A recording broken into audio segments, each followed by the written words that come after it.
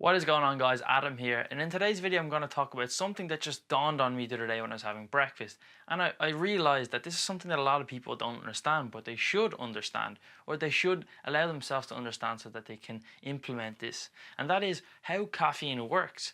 So I had a pretty poor sleep last night for several reasons. I trained pretty late. I had caffeine in the evening because I was just so tired from the day before, which I need to sort out. And I had a caffeine drink this morning, or a coffee basically. And the reason I had that is because I know how coffee works, or how caffeine in particular works. Because the day before that I didn't have a coffee because I had a really good sleep. I allowed myself to go to bed early and I felt really refreshed waking up. But a lot of people just habitually grab a coffee in the morning regardless of if they're sleeping well or if they're sleeping bad or whatever time it is. But if you understand how caffeine works, then you'll know how to use it better, because at the end of the day, caffeine is a drug. You can become mildly addicted to it, and you can get withdrawal symptoms. You can build up a tolerance to it so that it no longer works, and it just doesn't become as effective for when you actually can use it in certain situations. So you may have heard the phrase or the word adenosine triphosphate, ATP.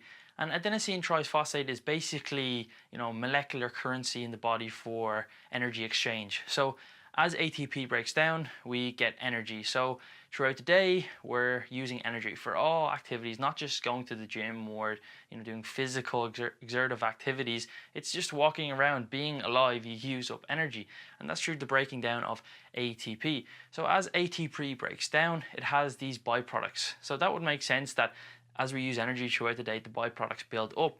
So adenosine triphosphate breaks down into adenosine diphosphate, adenosine monophosphate, and then adenosine by itself. And adenosine by itself is also known as sleep pressure, or its conceptual name is sleep pressure. So this sleep pressure builds up and it fights against this wake drive that we have, these two conceptual ideas.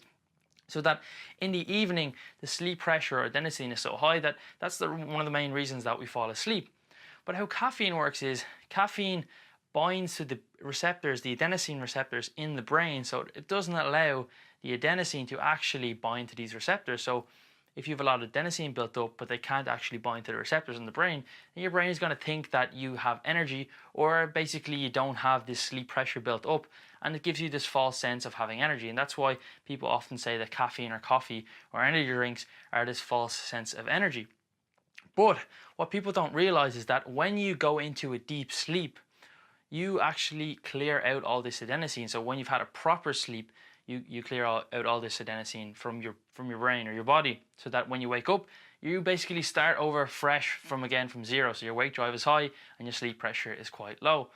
But if you have caffeine in the evening, this adenosine is still circulating around, and because this caffeine is binded to the receptors in the brain, which eventually break away, this adenosine circulating around then attaches to the brain.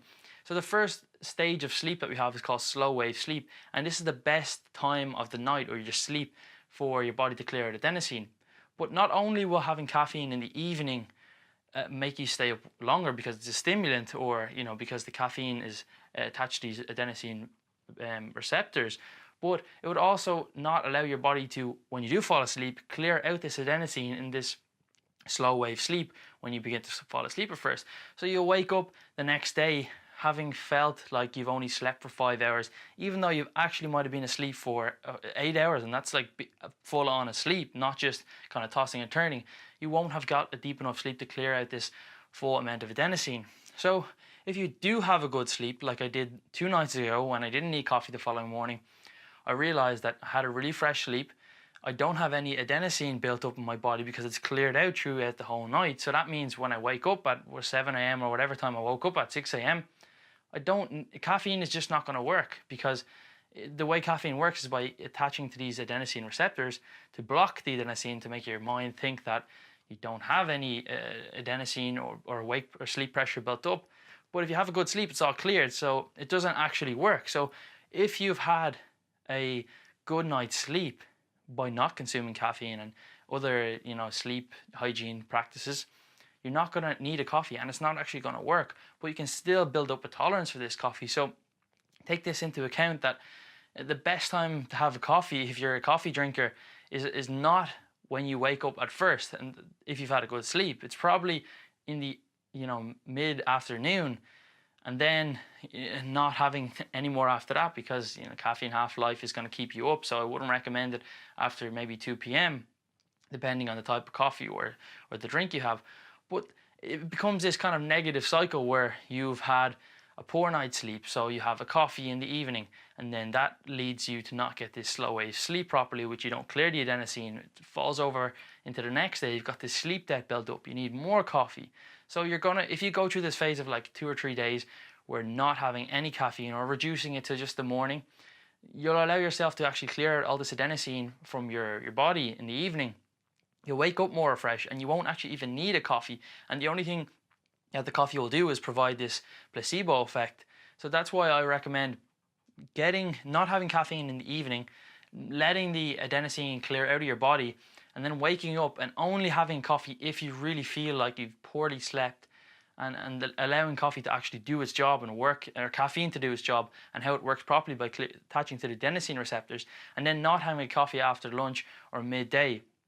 Now, this is kind of like, I know it's a lot of information that I've just given here, but if you can grasp what I've said, you'll be able to understand the concept of how caffeine, adenosine, and adenosine's build-up and sleep and wake pressure work together to better utilize caffeine as a tool in your daily productivity or your wakefulness, or using it as a kind of like a crutch for days you've slept poorly. But realize that it's not something that you should consistently use over and over and over, because it just becomes this negative feedback loop, which is going to lead to poor sleep, more caffeine consumption, poor sleep again. And most people don't realize that that's actually what's causing the issue, is that they're not addressing the root of it and just looking at the symptoms. So I know this has been a lot, but if you like the video, make sure to leave a thumbs up, give me some suggestions, some comments, let me know how much caffeine you consume. Do you consume caffeine in the evening? I know a lot of people take pre-workouts in the evening. It's probably a bad idea, because you want to have a good workout, so you take a pre-workout because you think it's going to give you this boost in energy. You realize that you're getting a poor night's sleep, you're sleepy the next day, you haven't cleared all the adenosine, you need more caffeine, you need more pre-workout, and then it just becomes this negative feedback loop. So if you actually get a good quality night's sleep, you won't need this pre-workout, and I suggest not taking the pre-workout unless you're training early in the day. But that's all from today. Until next time, thanks.